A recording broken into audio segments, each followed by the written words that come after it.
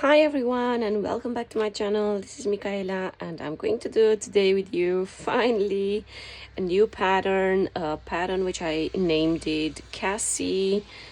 It's a swimsuit one-piece pattern. It's great for pole dance, for rave, for any festival parties, like so beautiful, even for a bikini. So I made it actually for my client for as a bikini.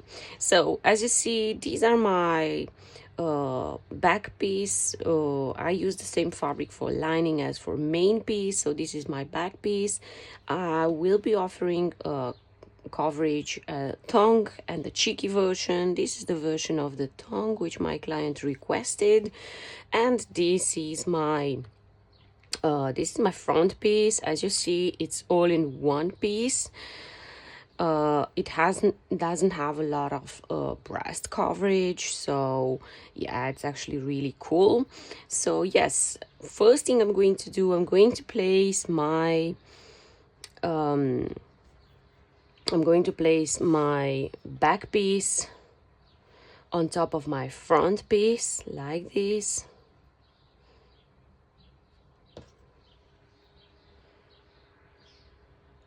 And I'm going to pin it. I'm going to pin the crotch area. And I'll do the same for the lining piece.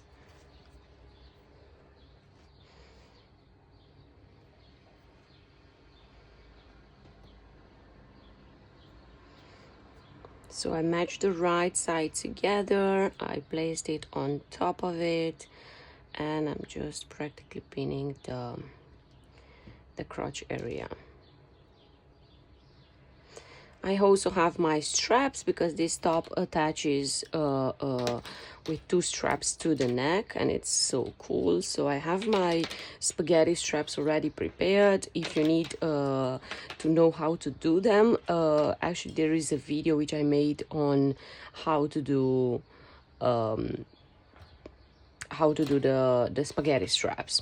And also what I will be doing, I will be going ahead and I'm going to attach the sides as well. This one piece swimsuit is so easy to make. I love it. It's very fast and easy.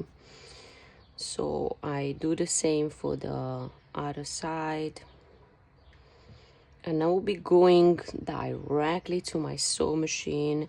If you do not have a serger or an overlocker, some people call it serger, some people call it overlocker, you can totally do this swimsuit with your normal sew machine using a zigzag stitch.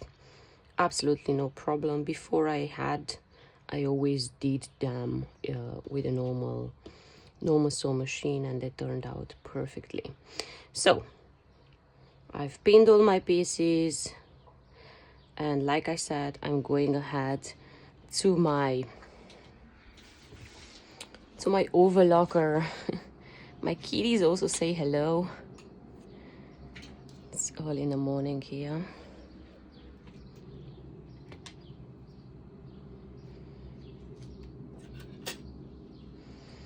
So I'm practically placing the fabric underneath.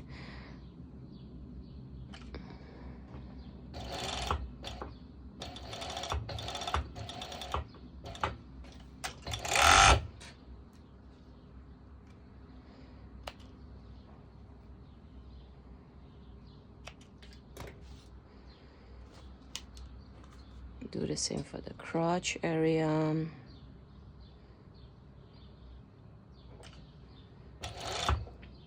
So this one piece, it's not made to be reversible because I feel like when wearing a one piece reversible, it can be depending on the breast and the shoulder, it can pull in a strange way, and then would be the other fabric would be would be seen always on the other side, so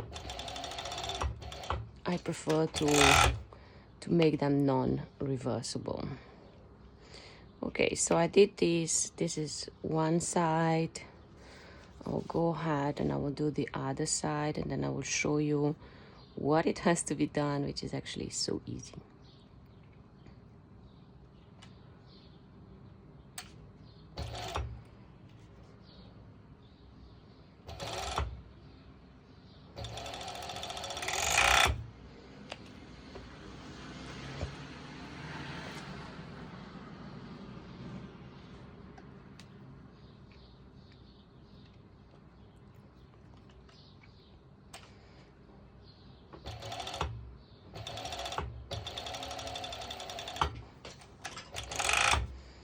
So just one more side.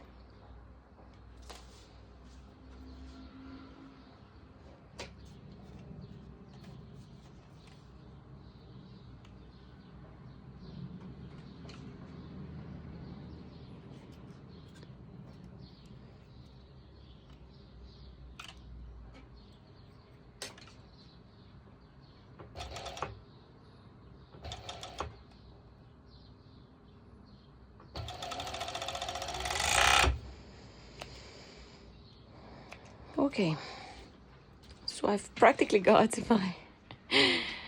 my one piece already practically prepared, and what we are going to do, we are introducing our lining. So let me turn my two pieces on the right side. This is my main piece, so I'll be introducing my lining into the main piece. This, I will be calling it my lining. So I will be matching the wrong sides together on this time. So as you can see, they will be like showing both their right sides of the fabric. So next thing to be done here, it's going to be actually pinning all around. I always like to start from the crotch area, because I want to make sure that my seam is perfectly aligned. And I'm going ahead to my sides now for the same reason. I want that my seam to be perfectly aligned.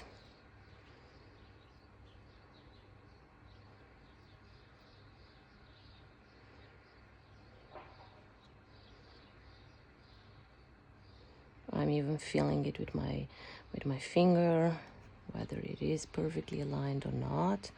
And now I go to the other side.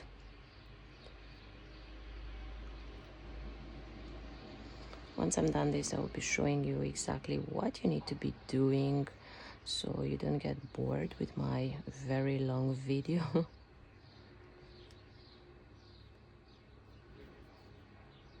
Okay, so as you can see, I'm pinning practically everything.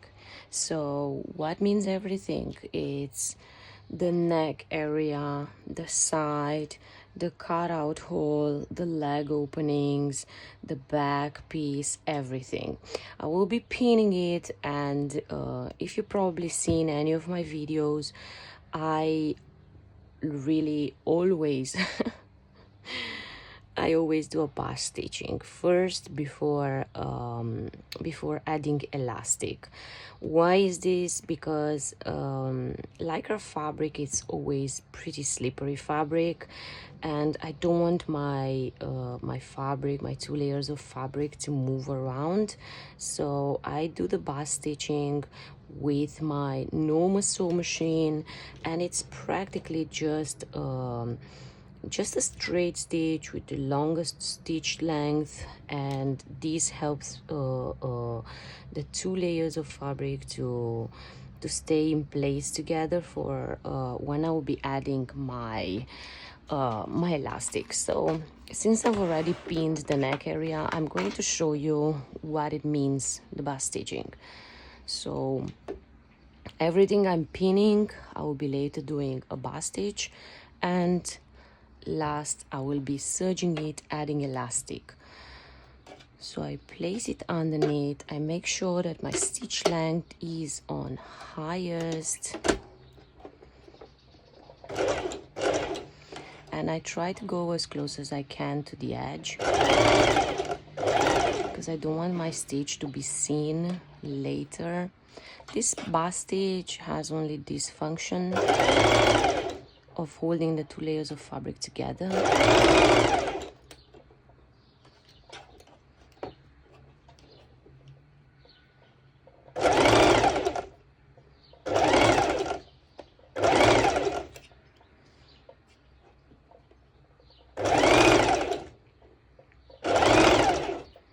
Which later I will show you. I will be doing small cuts into it, so it allows the fabric to stretch. Of course, if you want to remove it, you can remove it. For the time consuming, I choose not to remove it, but doing these cuts inside of it, it helps tremendously with the stretch, so I don't need to remove it. Okay, so I'll be continuing off camera, pinning everything and doing the bust stitching like I did here. Once I've done the bust stitch, I will come back and I will show you how I'm adding elastic on my lining side. So I'm back. I've bust stitched all my swimsuit, and it's looking already so much better. Next I'm going to do, I am going to add elastic to my lining side. So I'm gonna give a last look which one I want to be my lining. Yes, definitely this is going to be my main. So my lining will be this. I'm going to show you just one side how I add the elastic. All the rest I will be doing it practically off camera. So I make a few stitches over here. I'm using rubber elastic.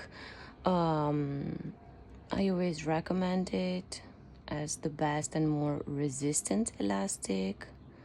So I'm placing it underneath and I guide it with my hand, and in the same time I kind of like slightly pull it, like only very little, so my fabric is creasing tiny bit, but really not too much. And why is that? Is because later when I will be top stitching it, I don't want my fabric to wave, right? So I don't think it's very visual, but you see there is a slightly bit of creasing on this side, so it's really not a lot. So I'm adding the elastic really everywhere, right? So I'm adding the elastic on the cutout hole, on the leg openings, on the back side, really everywhere. So I'll be doing all the rest off camera. Once I've done, I'll be as well doing my spaghetti straps, and afterwards I will come back and show you how I'm adding my spaghetti straps to the swimsuit and the fold inside technique and top stitch, which I will be doing. Okay, so I'm back and I've added the elastic to my swimsuit, and we are just literally a few steps away of finishing it. So I've got here my spaghetti straps and I'm going to attach them.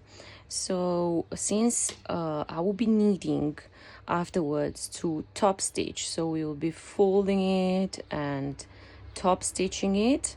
Yes, we'll be adding we will be adding this spaghetti strap. I'm going to show you right now. I'm going to add it like this, right? Because later it will be folded like that. Sorry, like this. Because later it will be folded like that and will not be visual, the top stitching. So I'm adding my strap on my right side of the fabric. This is my main fabric, so I'm just doing literally a straight stitch over.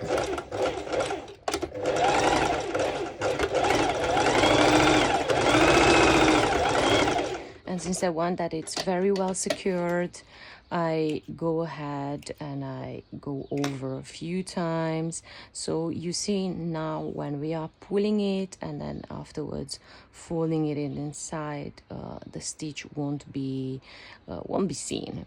What I wanted to say, actually very important regarding this step.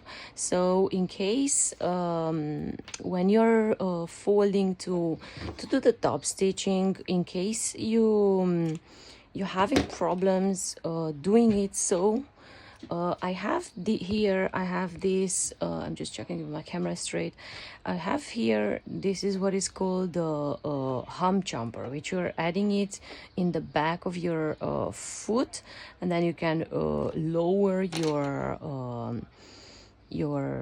foot of your machine, and it helps with this really let's say higher parts.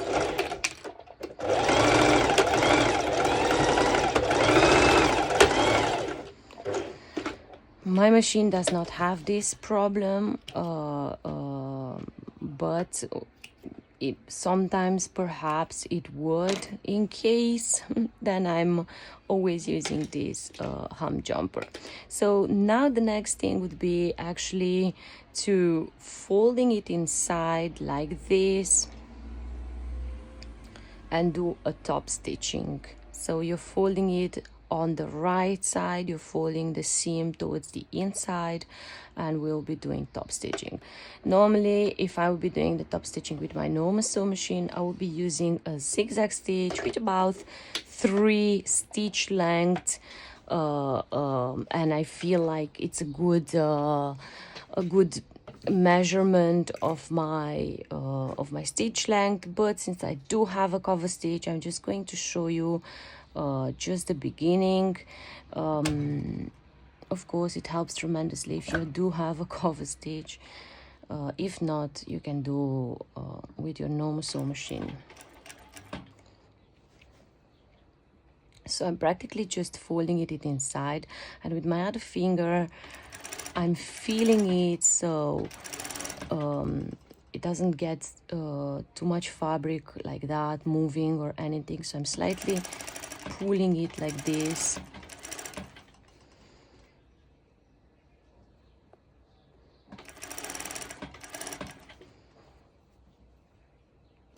This is the last step,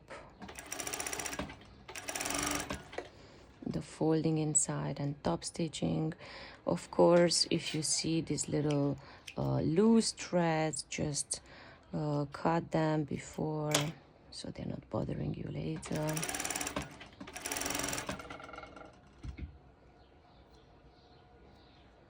So as you can see, I'm already preparing the bit where I am going over.